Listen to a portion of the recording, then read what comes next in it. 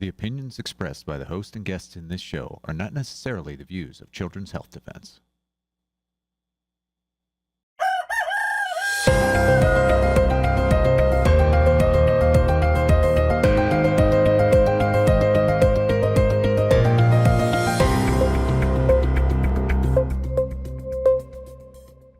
I love that new intro. I really do.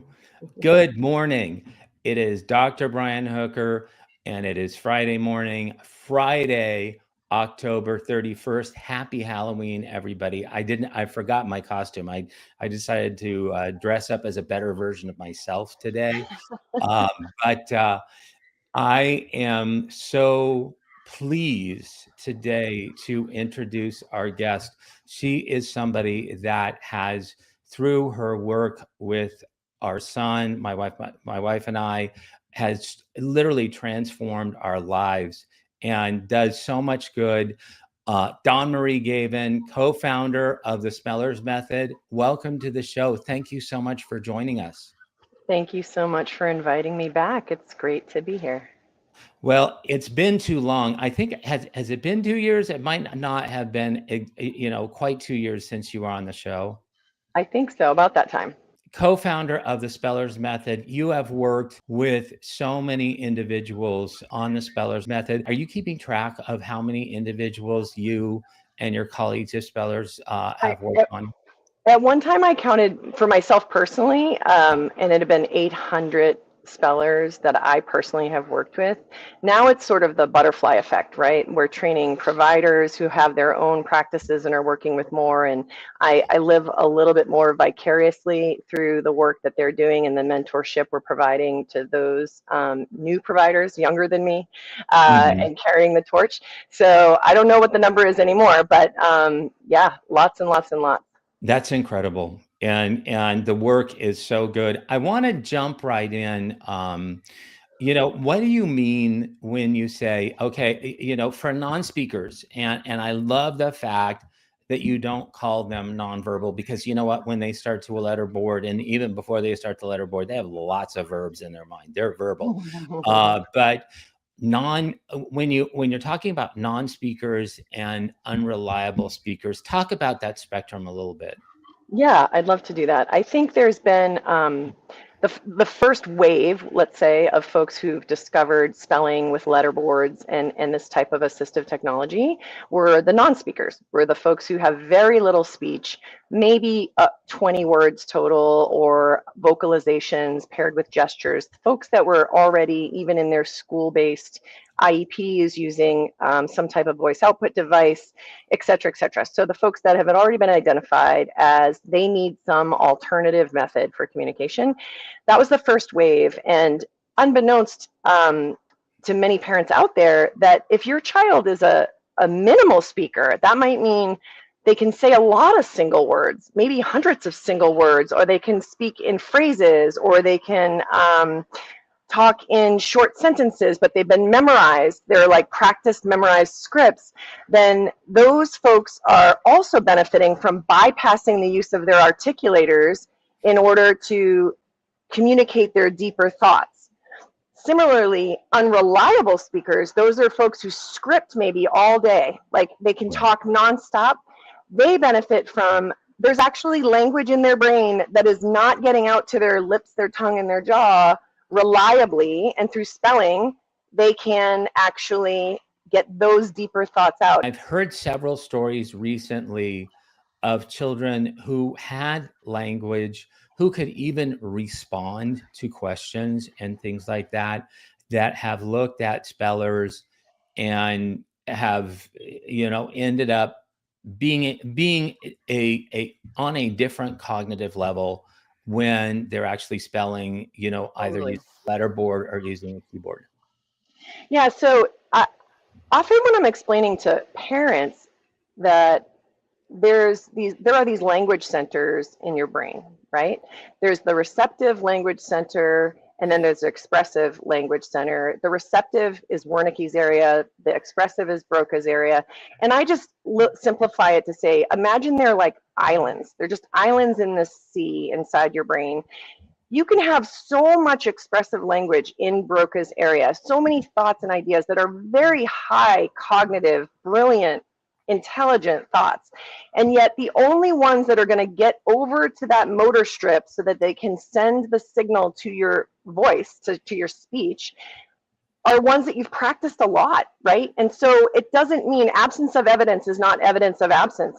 It doesn't mean that there aren't higher cognitive thoughts in that language center, but we kind of get, it's like a red herring. We kind of get duped into believing what we see is all there is, right? When it's really just the tip of the iceberg. So understandably, parents of unreliable speakers and minimal speakers think, yeah, this is the extent of their IQ, what it is they can say, what it is they pull up on their iPad, and they see the pattern being congruent, like, oh, they look at these baby videos and they talk in this very simple language. When in reality, it's still based on neural connections that need to happen from Broca's area to that motor strip, and then through practice prompting and bypassing speech, lowering the motor demand, because that's the ticket. We're lowering the demand. This is really complicated, the speech stuff. So when we ignore that, we say, we're not ignore it. I never ignore someone speaking. Even if it's unreliable speaking, I would acknowledge, but I just keep going because I don't know that that's purposeful. A lot of times that's just automatic practice speech. So I acknowledge they're communicating, but sometimes it's not on purpose, and we go with what they're spelling instead. And it's been really a game changer for these neurodivergent people who have been trapped. They are also trapped, right? They have this whole intellect they want to share that nobody even knows it's there because their speech is confusing people about what they're capable of. That is so good. And I think, there are a lot of kids in that particular situation. I think that, maybe about 30%, correct me if you know a better statistic, have no speech, especially in the severe range. Question that always comes up is the difference in trajectories for different kids. I mean, you've heard the saying, if you've met one autistic kid, you've met one autistic kid. The presentations are can be night and day. If you could comment about that. I mean, I know, my son was and is still complex motor, and his trajectory was different than and maybe slower than like this med dad had originally imagined. But talk about the range of trajectories that you see. The complex motor. What do you do with a kid that's complex motor who is struggling to get open and it's taking a long time? Yeah, no, I love this question. And we were joking earlier before the show that we need a Spellers 2.0 movie and maybe even a Spellers 3.0 movie, one on minimal and unreliable speakers, one also on complex motor or longer acquisition phase, because that's what we call it when you're learning the skill. And then application is when you can start using this letterboard actually for communication all the time, everywhere, in all the different places. Comparison is the thief of joy, but it's natural that, especially as autism families, we ask other autism parents, right? We are like, how's it going with your child? And yet nothing could be more deceiving than doing that, because unless your son or daughter has the exact same sensory motor profile as the friend's son or daughter that you're asking about, it's like comparing, apples and oranges. So all of these factors in Speller's method, especially, we spend so much time training our providers on these different sensory and motor profiles so that we can explain to parents at the outset, okay, this is what kind of you're looking at in terms of trajectory, like of how long it might take to get to a letterboard that has all 26 letters and emerging like open. Or even if someone's super complex, and by that I mean maybe they have cerebral palsy, they're legally blind in one eye, they have other conditions that are limiting either their mobility or their ability to control their motor beyond just autism and apraxia, which is plenty in and of itself. There's any sort of combination that we'd consider complex motor, really dysregulated, that makes someone complex motor. Any of these things would we have to factor in. We might say, hey, let's make our first goal to get to a board that has all 26 letters and you're doing semi-open, so choices, where you can ask choices. It's a very functional skill, right? Right. And that can, and that starts changing your life even before this complex profile is open. Because by Right. open, I mean, right, I can drop the letterboard, ask a question, I don't know the answer to it, and the speller tells me something I wasn't expecting because it wasn't in a lesson or prepared material. So knowing that there's different things to consider, we've got a board selection flow sheet of how do we start with the best boards that are going to maximize this acquisition phase, knowing this sensory profile so that we can really streamline the process. And then it's just about putting in the hours, right? Training Right. that body and training that brain. And again, every family's so different. Like if you've got 5 other children plus your child who's a non-speaker or minimal speaker, you don't have the same resources time-wise as someone who has just the one child who has the special Right. needs, right? So, you know, you just can't compare the journeys, but what I know is this, the path isn't linear, but it's always moving forward. And if, as long as Right. you're checking in with a provider, you don't even have to see a provider every single week. If you're checking in with a provider though, at various touch points to be like, does this still look good? Are we on the right track? Is there anything we should be pivoting? You'll get there. Like you will get there one way or the other. Someone just posted in the Spellers community, they're friends of mine. I had started with them back when I was brand new. And I think it was like 8 years to get to open with a new communication partner the family had hired, right? So Wow. it's a long time, but their lives changed long before Yes. this, right? Like that's the best part. Their lives changed back when we could just do semi-open choices, and he indicated that he wanted to be baptized in his church, and like, and everything started changing for him. So that's what's so cool about it is, you know, it's hard to tell a family straight up, this is how long it's going to take for your child, because Right. I don't know because of all those variables, but I know that with persistence and patience and staying connected and plugged in to make sure you just haven't deviated down some side path that's not going to lead to fluency. Right. We can help you course correct, even if you did for a minute, it's okay. I did when I was new. I did. There were only 6 people in the country teaching the method that I was using initially as a mom. So I did all Right. sorts of things wrong.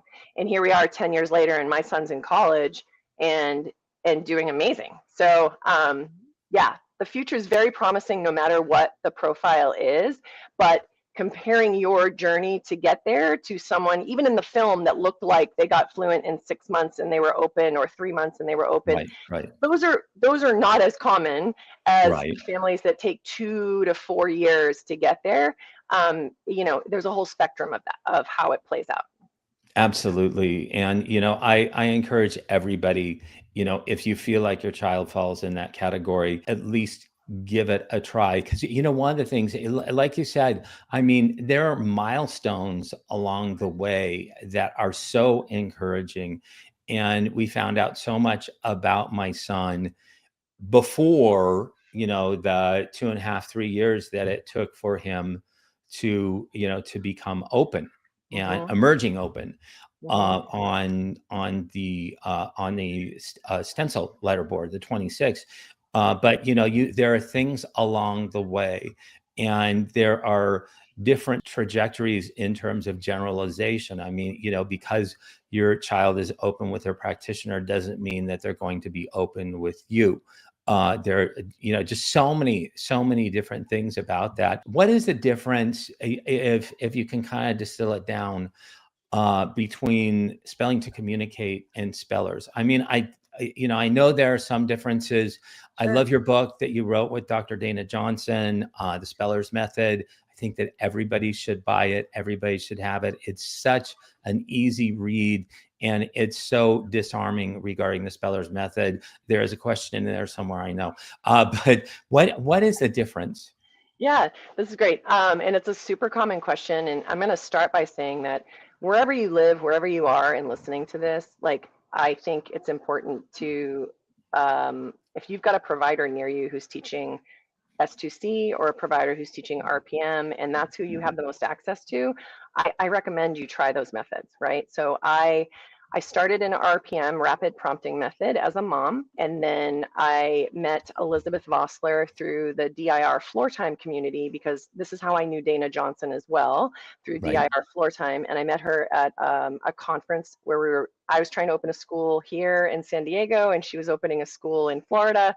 And so we connected. And then through Shelley Carnes, who runs the Hirsch Academy in Atlanta, she invited me to this private weekend where Elizabeth Vossler was teaching just 25 people.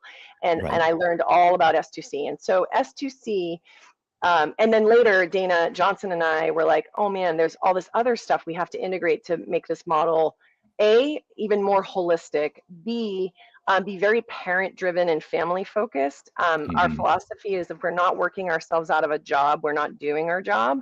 I don't ever want a family completely dependent on me, because as you'll attest, there's times where you are Right. dependent on the provider, because the Oh, yeah. provider is the only one open yet with your child, right? But the way we structure Speller's method is like, we try not to get more than one step ahead of you. We heavily focus on coaching you. When you come to see me, I spend most of the time coaching you guys, you know, with Right. Steven. So like, that's how it works, so that I'm giving you the tools, and that you're not in a crisis one day and I'm in another state and I can't help you, because, you know, I'm not there when you're there with your child all the time. So we're family focused, holistic. We brought in the whole developmental optometry piece of Yes. that. Sometimes it requires board modifications, which is not part of the standards of practice for S2C. They're heavily research based, which is amazing. Right. IASC really focuses on getting the evidence in the literature to support spelling as communication, and that's important. But in the applied setting, right, I see a whole spectrum of spellers, and I need to treat not just those who fall under this bell curve in the middle, where they can use the traditional stencils with a Right. pencil and poke through. I've got to see these complex motor kids on either end, right? And Down syndrome folks who have very different ocular motor differences, and that was a little redundant, very different ocular motor differences. Anyway, you get my point. So I wanted to treat the Perfect. whole, Dana and I were like, we can't leave anybody behind here. And Right. like, there's just different accommodations and modifications that have to be made to get those same spellers to this 26 board. So between all of that, and then taking the intentional movement to another level of like initiation practice and inhibition practice, and things that are going to really make not just this human being able to communicate, but to be able to control their body in a way that they want to access different environments, to go to college, to sit in a movie theater, to sit at the dinner table with the rest of their family and not, you know, spill things, and whatever it could be, right? Right. Whatever inclusion is to that individual, like, you've got to look at the whole human. And you know, I'm a nurse, Dana is an occupational therapist, and I think those two backgrounds brought us into this very family focused systems model of, let's not just teach this child how to communicate, let's teach this family how to live beautifully with a non-speaker with complex needs, and elevate their family's lifestyle, like into the next, into a realm that they probably gave up on, right? They thought, we can't achieve these things, it's too hard. I'm like, it's doable, right? But you got to have all the tools. So that's the difference for us. I feel like, you know, S2C is amazing, RPM is amazing. If you've got either of those providers near you, like, I say do that. I'm obviously biased because we've put so much thought into like what differentiates Speller's method. But I think it's really like, just get those kiddos a chance to communicate however you can. Absolutely. And there are so many benefits. I mean, it's not just opening the world of communication through a letterboard or through a keyboard. There's so many avenues regarding regulation. We can take my son to a restaurant now, and he can sit and he can enjoy a meal for 30 minutes, 45 minutes, and he's absolutely fine. When we first started, he couldn't sit in the chair for 2 minutes. And so, you know, there's so many, you know, benefits regarding regulation, and you know, the self-esteem. I mean, it just goes through the roof. It is absolutely incredible. I have a little bit of a different question for you. I think, you know, because you've encountered so many questions, you've probably encountered this one before, but talk about the facilitated Sure. in facilitating communication. It kind of burns me, and I don't want to go down the road of bashing on ASHA, the American Speech and Language and Hearing Association. I think their position is that they're really against spellers. Last I checked their website. But one of the things that they seem to really harp on is the fact that you need a facilitator, you need a communication partner. To me, that just seems like, Autism 101. That I've been doing, since my son got his diagnosis at 18 months. But talk a little bit more about that facilitation. What is it? What does it do? Why is it necessary? Does it ever lift? Yeah, so it's interesting because if a human being needed a wheelchair for mobility, and a wheelchair is a form of assistive technology, Right. You wouldn't say that wheelchair isn't working unless the person can get up without it, right? Like the wheelchair is facilitating their mobility. So it's just interesting because of, and let's give them the benefit of the doubt, right? They're Right. trying to protect a very marginalized portion of the population from influence, right? From this other human being could be manipulating the speller to spell something that they don't really own, right? Those aren't really what they want, the words they want to say. Right. So I'll give them the benefit of the doubt. That's where they're going to. And that obviously, as autonomous as someone can be, we want them to be. We do too. I do too. You do too. Why would any of us spell with our children just to influence what it is they're trying to say? What would be the point in spending all that time and energy and effort, right? So the thing that the facilitator, and we try, so we don't end up using that word a lot. They do, like all the critics do. They like that word facilitator because they like to lump every methodology into a type of communication bucket known as facilitated communication. But that actual technical term came back way back in the 80s when someone would give physical support in the form of resistance while the speller was moving towards the board. So that was known as FC, right? Right. Facilitator, as you used it, means like the communication partner or the provider, right? The person who's holding the letterboard for the person. And just for the record, I'm not knocking the actual form of facilitated communication with physical support. Based on the work Elizabeth Torres has done, Dr. Torres, on the sensory motor feedback loop and what happens when you have sensory processing differences and you're taking in information and someone's stabilizing your sensory system or changing that input by giving you physical resistance, it's going to change the motor output. So I've seen it where very, very complex motor profile folks could not spell without physical support. So I don't want to be like, oh, that just shouldn't exist. There are people that there's no way they'd communicate without it, right? Exactly. But I do think most people, I don't know if I should say most, many people can communicate without physical support, which is what RPM, S2C, and Speller's method do, is we don't give physical touch while the speller's hand is approaching the board.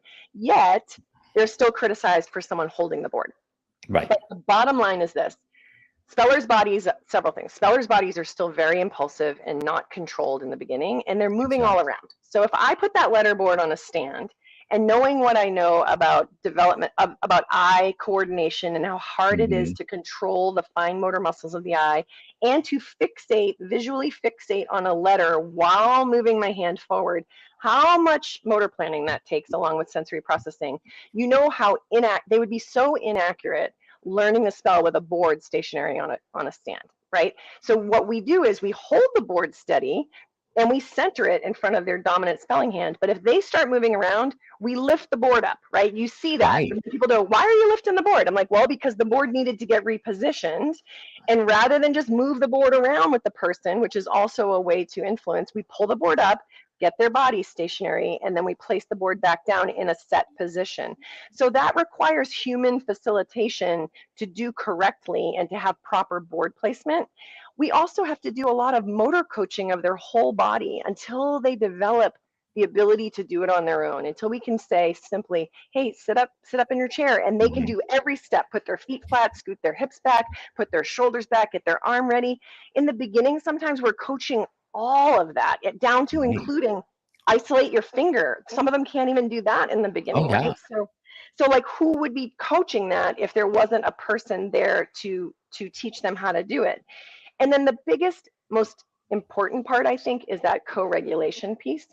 And that is developing a relationship with this person, supporting them, just like like a newborn infant when they need soothing, and you're comforting and soothing them in this nice little back and forth, like rhythmic cueing moment. You are Hmm. also using your voice to rhythmically cue and coach them to keep going, because their bodies, their motor planning runs out of gas like a car on the Right. freeway. And if I'm just quiet, or the board is just sitting on the stand or on the table and no one's doing anything, guess what? Most spellers would not even be able to initiate. Exactly.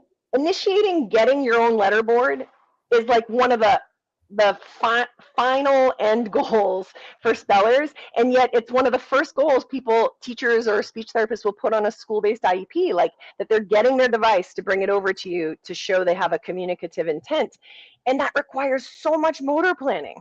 Absolutely. Yeah. Absolutely. It's so, and that's something, in my household, we've been working on it for the past year, but I mean, to get that pathways that are involved in that to myelinate and really, get there. I mean, there's so much that has to be thought through. I mean, getting up, walking across the room, finding the letterboard, Yeah. picking up the letterboard, finding your communication partner, pointing your body to the communication partner, walking over to the communication partner. I mean, there are times now, my son wasn't able to even do this, but there are times now that he will, while we're sitting there and maybe sitting at the table where he spells, and we're in the middle of reading him with him, he'll grab the board and give it to me. That's amazing. That Yeah. did not happen before, but that took motor planning as well. And that's where we start, right? Is like he didn't have to do any of those other things you described, which is like get up, look around the room, visually Mhm. scan, find it, then find you. It's right there on the table, and that's taken time to train, right? To go like grab the letterboard, it's right there. None of that other motor planning. So yeah, it's a big step, and a lot of spellers do get to what we're calling independent typing, meaning Right. no one's holding the keyboard. So we just Mhm. skipped over in Speller's method, we skipped over any step of like, okay, we're going to put the letterboard on a stand to satisfy a school or an Right. agency that requires it. I'm like, let's just keep going up this motor hierarchy or motor continuum and get to the keyboard, which then is connected to an iPad and gives voice output, right? That's the device Mhm. we're going to put on the table. So rather than let the tail wag the dog, we're like, let's just get them Exactly. to the keyboard, and then we'll do this thing that everybody wants us to do with them. Not every speller can get to that stage. That's the thing about some really complex motor folks are going to get to the 26 stencil and have open communication there, and may not be able to get down to smaller and smaller devices. It really Right. depends on their eyes and the rest of their motor planning, right? So asking every single one of those spellers to type independently from the beginning is completely unrealistic, right? So, but the ones that have made it all the way to the keyboard held and they're getting into this keyboard in the stand, those are going to be the ones that hopefully can show all the doubting Thomases out there, all the agencies that have position statements and whatnot, that it is Right. possible. And they represent those who might never get to that stage of autonomy, that like they can do this without someone holding the keyboard for them. But I'm still working with some of my most experienced spellers on leaving the room. So Right. can they keep going while I'm no longer there, to help them occasionally put my foot on the gas pedal of their motor, right? Where I go, keep it going, just keep going. Yep, you got it. If they're just encouraging prompts, I'm not telling them where to look. I'm not telling them what to poke. I'm not telling them what to say. But if it's totally silent, their engines still run out of gas. So Exactly.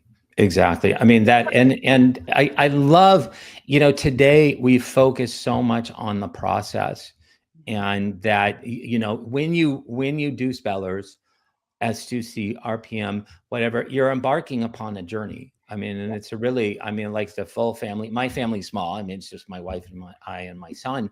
Uh, but it's like a full family endeavor. It is a process.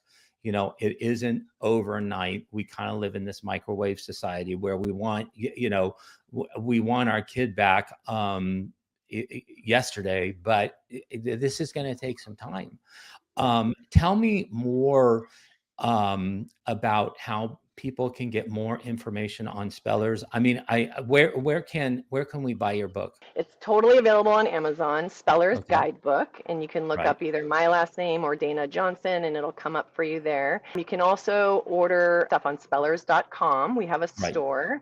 There's also under the resources tab there, I actually have a talk I did for National Autism Association a couple of years ago on complex motor profiles. So for those of you listening who have, you're like, I don't really know if my kiddo could ever do this, maybe watch Right. that. Do a little bit more research on kids that look like your kid and see what you think. I also really recommend folks join the Spellers community. It's on Facebook and it's a parent driven. I'm one of the moderators, although I barely moderate it. There's other moderators who do. I kind of just keep my eye on the conversations. It's parents guiding other parents. It's parents. We're there just to make sure nobody gives misinformation. But really, we're like, get your advice from your peers. And I say that even though I started this podcast saying, don't ask your peers, how long is it going to take for my kiddo to get open? But find people who have children who sound like your child, right? And then ask them, what's the journey been like for you? What do you recommend? Because there are providers in that group that are from all the different, it is a Spellers method sponsored group, but there are RPM providers in there, there are S2C providers in there. We're all there, like united to say whatever it takes to help your child find their voice and for you to have that moment with them. Like we're working in unison together. So exactly. Well, Dawnmarie, thank you so much for joining us today, and thank you so much for it's exactly as you said, helping these wonderful individuals find their voice, expand their world, make new friends. I mean, you do not know what will happen, but I guarantee it will be good and your world will open up if you do the Spellers method. I couldn't agree more. Thank you so much for having me. Good luck to everyone. All right. Thank you. And thank you everybody for joining this important episode of Doctors and Scientists. Please share this. Please share this with your friends and families that have wonderful special kiddos, wonderful special adults, so they can learn more about the Spellers method.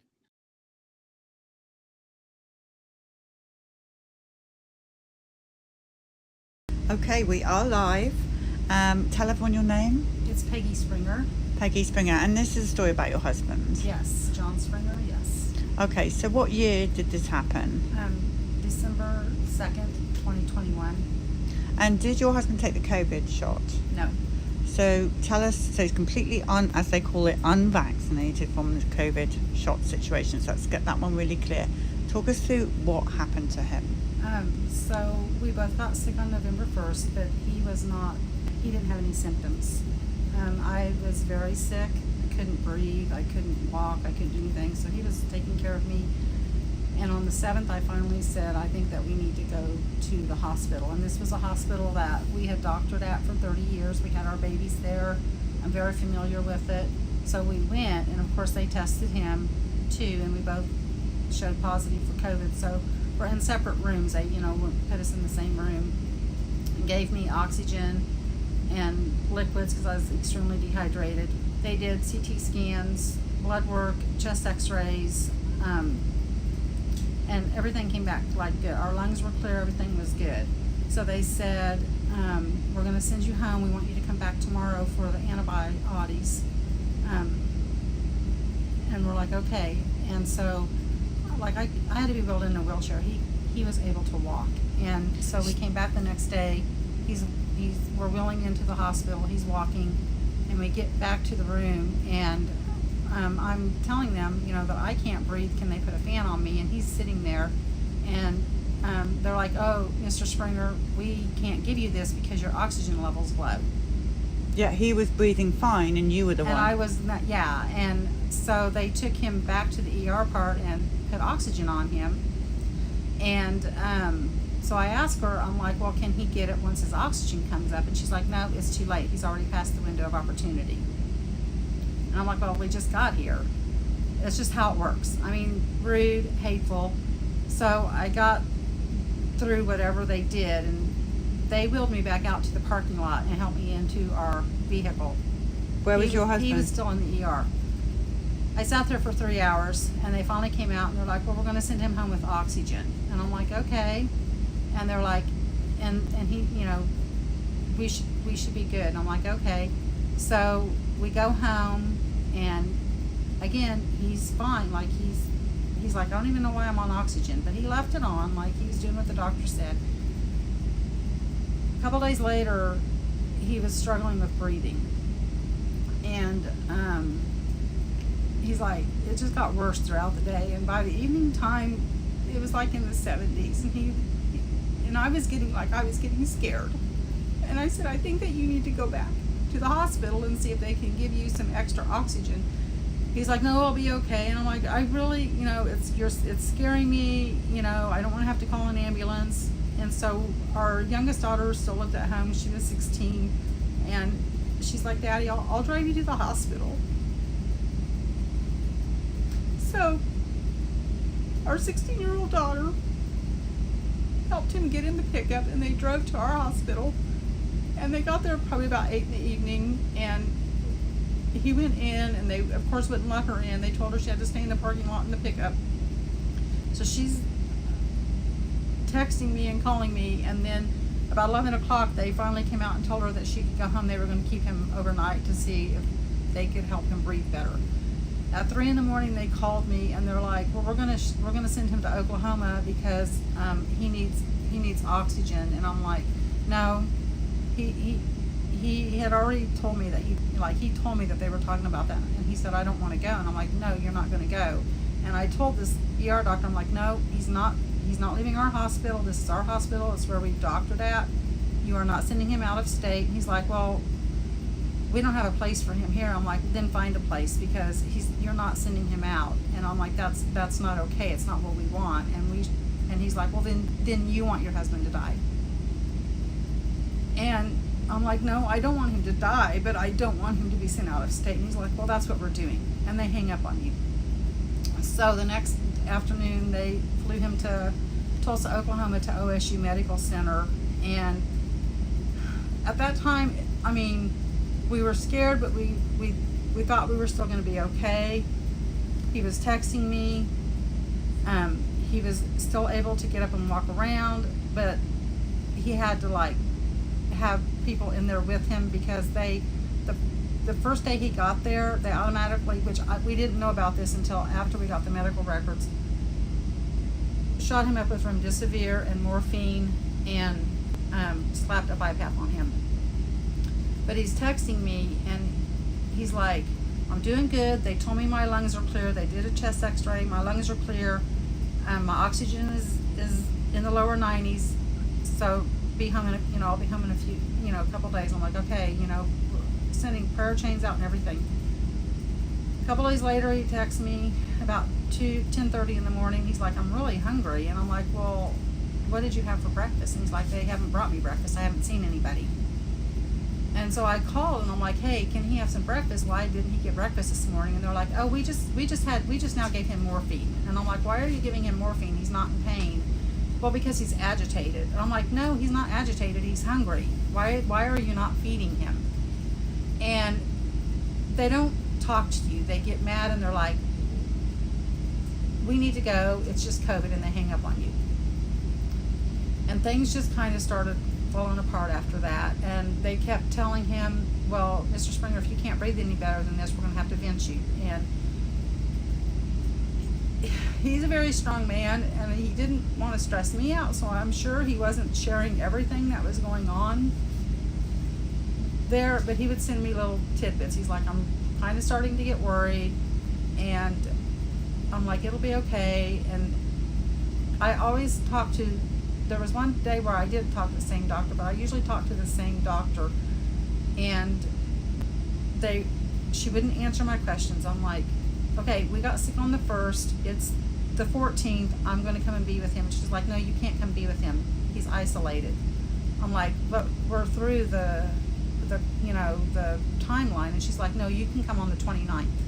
And I'm like, well, who's to say he's going to be there on the 29th? She's like, it's COVID. I need to go. I have other people to take care of. And hang up. Again, he's texting me and he's stressing. And then on the 22nd, he texted me on Monday evening on the 22nd, and he's like, things are not okay, and I just want you to know I love you and God's got this. And that's the last text message I got from him. The next day I get a phone call, and they told me that they had vented him, and I said, you didn't have permission. He was telling you no, I was telling you no, and she's like, it's COVID. And I'm like, how many patients have you vented? And she goes, I've been doing this since it started. And I'm like, how many patients have you vented? And she's like, I have vented 100, if not more. And I'm like, and how many of those have come off the vents? She's like, 10. And I'm like, you need to find a different job. And things just kept sliding. I would call, and they would like, you need to quit calling. You're bothering us, you need to quit calling. I'm like, I'm gonna call, he's my husband, I'm gonna call and check on him. I told them, I'm like, he is not just a body in a bed. And they would hang up on me. If you asked them something, they would be like, well, this is this, and I'm like, okay, well, wait a minute, this isn't making sense. And they're like, well, it's COVID. COVID doesn't make sense, does it? I mean, that was their response. And finally, I had the doctor on, and I'm like, look, give him ivermectin. Just give him some ivermectin and see. And she chuckled, and she's like, your husband isn't a horse. And she hung up. And that's just how the phone calls went. And then December 1st, I still, when it got to the 29th, I'm like, okay, I'm coming. They're like, no, he's still in isolation. I'm like, he has been there since the 12th. I need to come. And they're like, no, he's still in isolation. And then on the 1st, they called and they're like, we're moving him to a private room. You might be able to come, but you won't be able to be in the room. And I'm like, that doesn't even make sense.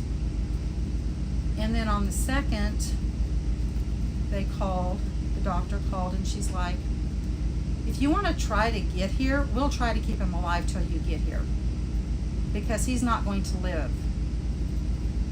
And my sister-in-law and I jumped in the car, and we drove 4 hours to Tulsa. We got there about 8 o'clock in the evening. He was still alive. I was able to be with him 3.5 hours before his heart stopped. Never talked to a doctor, never saw,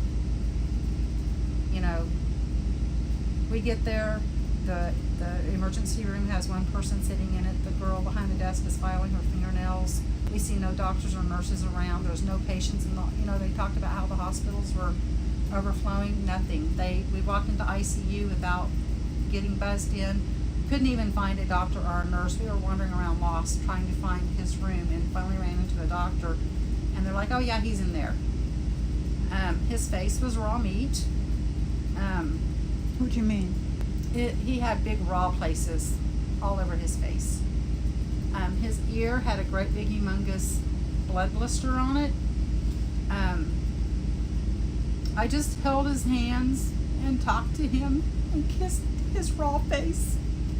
They hadn't done any oral care on him. His lips were swollen and crusted and chapped and split. They had shaved his mustache off, but they had not shaved, he didn't have a beard, but he was covered in, his whole neck was nothing but fuzz and fur. They had not shaved him there, but they'd shaved his mustache off. I was able to be with him 3.5 hours before his heart stopped, and I stayed with him after that, I was just there, and they came in, there was no, we're sorry, Mrs. Springer, nothing. It was they didn't say anything. They didn't say a word. So, anyway, we finally went back home, and the funeral director actually called me on the way when we were headed back to Kansas, because I told the nurse, I'm like, here's the funeral home, you need to call them right now, because he's not staying here any longer. You need to call them. And they called, and they're like, we're from a small town, they know us. He's like, I'll go get him right now. Took 2 weeks to get the death certificate signed so we could even have a service. But I got his medical records, and I could not look at them. I had a nurse look at them, and then Dr. John Witcher from Mississippi has them. That's when I found out that they had not only given him morphine. I didn't know about the remdesivir until after his medical records. They'd given him remdesivir, the morphine, the baricitinib, the fentanyl, and he had a broken nose. And nobody ever talked to me about his nose. Like, nobody said, oh, we accidentally, or this happened, or whatever. So he had a broken nose. They basically euthanized him the minute that they vented him. They shut his breathing off, and the only thing that he was working on his own was his heartbeat. They vented him when his oxygen was still in the lower 90s. Like, I don't, there's no rhyme and there's no reason. And, you know, there was no warmth, there was no, his rights were stepped on, my rights were stepped on. You know, not being able to be in there and advocate for him and even just be with him. Like, it's crazy. And being told, like, what's in it, like, the doctor that has his medical records said there's so much that's wrong in his medical records, and that there was no way that John could have given any consent for any of those medications, even if they would have asked him. But there was no consent papers in his medical files. Nothing was signed. He signed nothing stating that you can do this. There's nothing. They didn't talk to me about any of those medications. The only thing I knew about was the morphine. And when I questioned that, they just shut you down. They're like, well, it's COVID. He's agitated. It's just been show a nightmare. everybody this. So murdered for profit. What? Talk to us about the profit bit. Sorry, it's not really in focus, everyone. So hospitals get incentives to use the protocol, the remdesivir protocol, the fentanyl, the vent. Sorry. Yeah. They so get. Do you know how much have you added up? I have been told, I don't remember right off the hand, what Tulsa, Oklahoma OSU got. We did a rally November of 22. Us Oklahoma people did a rally out in front of OSU Medical Center. We were on public property. The security guard from the hospital came out and ripped our signs up. We did a rally in San Antonio. There were 500 of us there. You know, we need to be heard. They need to understand that our guys, not anybody, nobody needed to die from this. Nobody should have died. He walked into a hospital and all he needed was some oxygen and some vitamins and some fluids. He was strong, he was healthy, he had no health issues. He's 59 years old, truck driver. And he knew all of this. He knew everything that was going on. He talked about it, and he would be like, and it would scare me. And he's like, no, babe, we have to know so we can stand up for our freedom. We have to fight for our freedom. And the very thing that he knew is the very thing that killed him. They killed him. And they sleep at night. And they took everything from us. They took our income. They took our children's father, our grandkids' papa, and they took my best friend. And that is not okay. None of that is okay. And they need to be held accountable, and they need to know exactly what they did. They do know what they did. And they're hiding behind their lab coats, and they're hiding behind the politicians and the government. And we have got to stand up, and we've got to be loud, and we've got to be aggressive.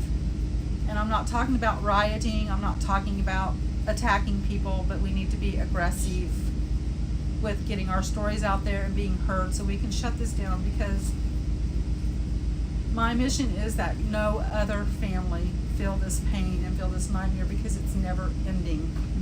It's never ending. Thank you so much for telling him. We're so sorry. Thank you for having us. Will you give us a picture of him so we can put him on the I'll go get one while you're doing another talking story? to Laura. But thank you Yes. so much. We're so sorry.